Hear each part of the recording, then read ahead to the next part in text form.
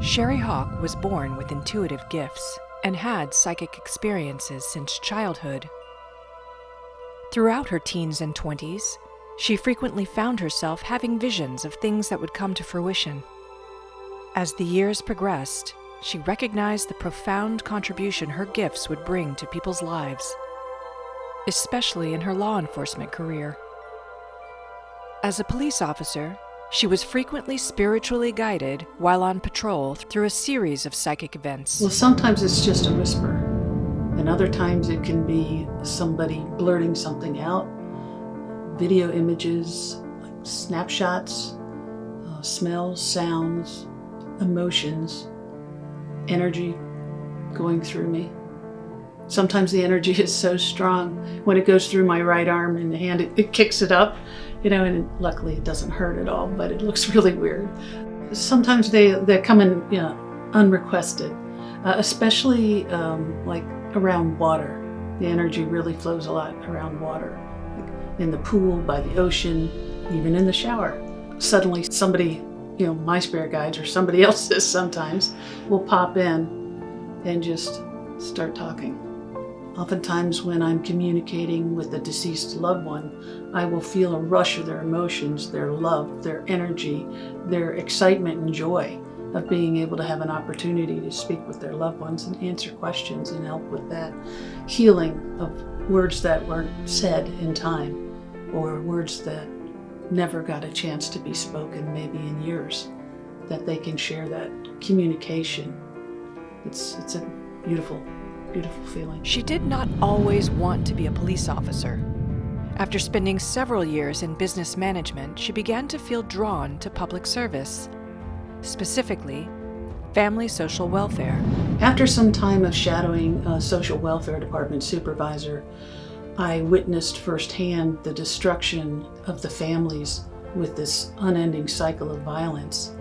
And I realized that being a social worker and coming in to help after the violence wasn't enough. I needed to do something to protect the children. So I knew that my calling was to do more, to come in and be a person who helps protect and prevent the violence that was destroying these families, this cycle of violence. So I decided to try and get into law enforcement. And at that time in the 80s, it was a male-dominated career field, and it was very difficult to even get in, especially if you wanted to be more than a meter maid. After 6 years of her quest to become a police officer, Sheri's dream became a reality when she was hired by her police department of choice, working as a patrol officer. She always patrolled alone, so her spirit guide served as a supportive partner riding along next to her. You can say that Spirit rode shotgun with me, because even though I was alone, I always felt like I had a partner with me. And I think they really, really enjoyed the pursuits, because not the lights and siren, but we'd get, energy would get keyed up, but you still had to stop when you went to an intersection if you had red to protect, the oncoming traffic. So oftentimes the person you were pursuing, they'd be out of sight. You'd lose them in the pursuit. So then Spirit would say, oh, turn this way, turn that way. Oh, I think they went that way. And more times than not, Spirit would lead me directly to the bad guy. Also, Spirit was really helpful with investigations and suspect interviews. They'd be lying about what was going on, and Spirit was like an instant lie detector, because they'd signal me the minute the person started lying. And then they'd start showing me a little video in my head of their exact details of their crime. So I'd say, wait a minute, I think that this happened like this, and then you did this, and the suspect's jaw would just drop open, because I was literally showing them exactly what they did. And it was great because it led to a lot of closed cases and confessions. The partnership with Sheri and her spirit guides would prove to be paramount when facing dangerous situations. I remember back when I was a rookie, Spirit really helped save the life of a veteran officer who begrudgingly came to back me up. I was doing a felony warrant arrest at a sleazy, criminal-infested motel, and it was so old, on the second story they still had the old iron railings that come off. So we approached it. I stood in a defensive stance off to the side of the hotel door, And the veteran officer stood directly in front of it and started knocking on the door. And all of a sudden, Spirit said, "He's going to throw him over the balcony." Sure enough, the door flew open and the suspect comes out and he goes, "You're going over," and lunges toward the veteran officer. And as he did that, it was like some kind of fight scene from a movie. I grabbed his arm, spun him around, pinned him against the wall, and started to handcuff him. Meanwhile, the veteran officer just standing there in shock. And that is the absolute truth.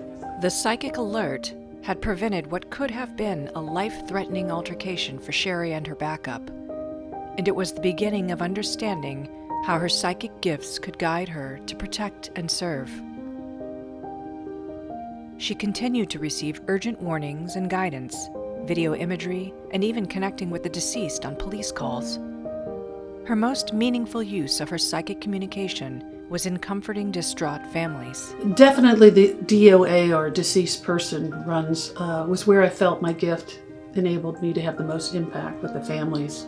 Officers hated these runs because you had to stay there the entire time, filling out the death report and waiting for the coroner to release the body.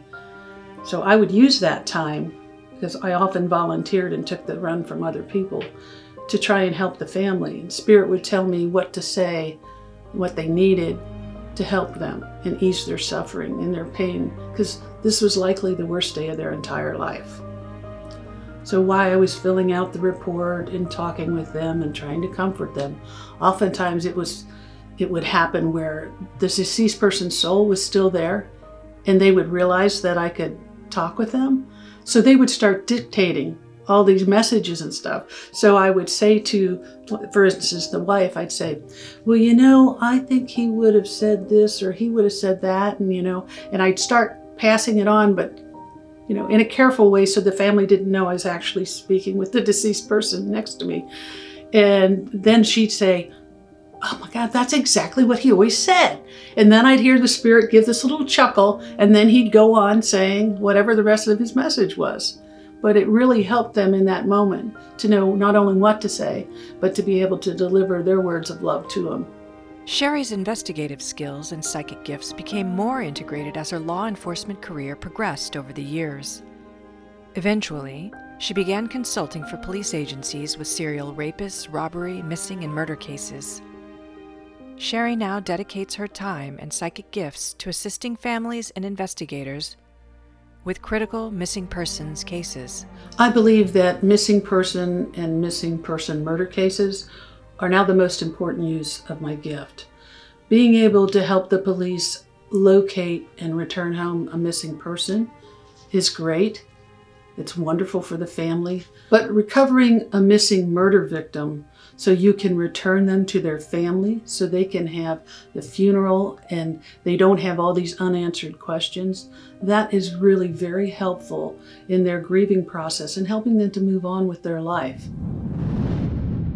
Most of us will never know the horror of violent crime, but for an unfortunate few, it is very much a reality, and its effects can ripple for generations, leaving families devastated and struggling with unanswered questions. But the truth can sometimes still be heard in the most unlikely of places, the victim themselves. My mission is to make that voice heard. My name is Sheri Hawk. I'm a retired police officer and a psychic medium, and these are my stories.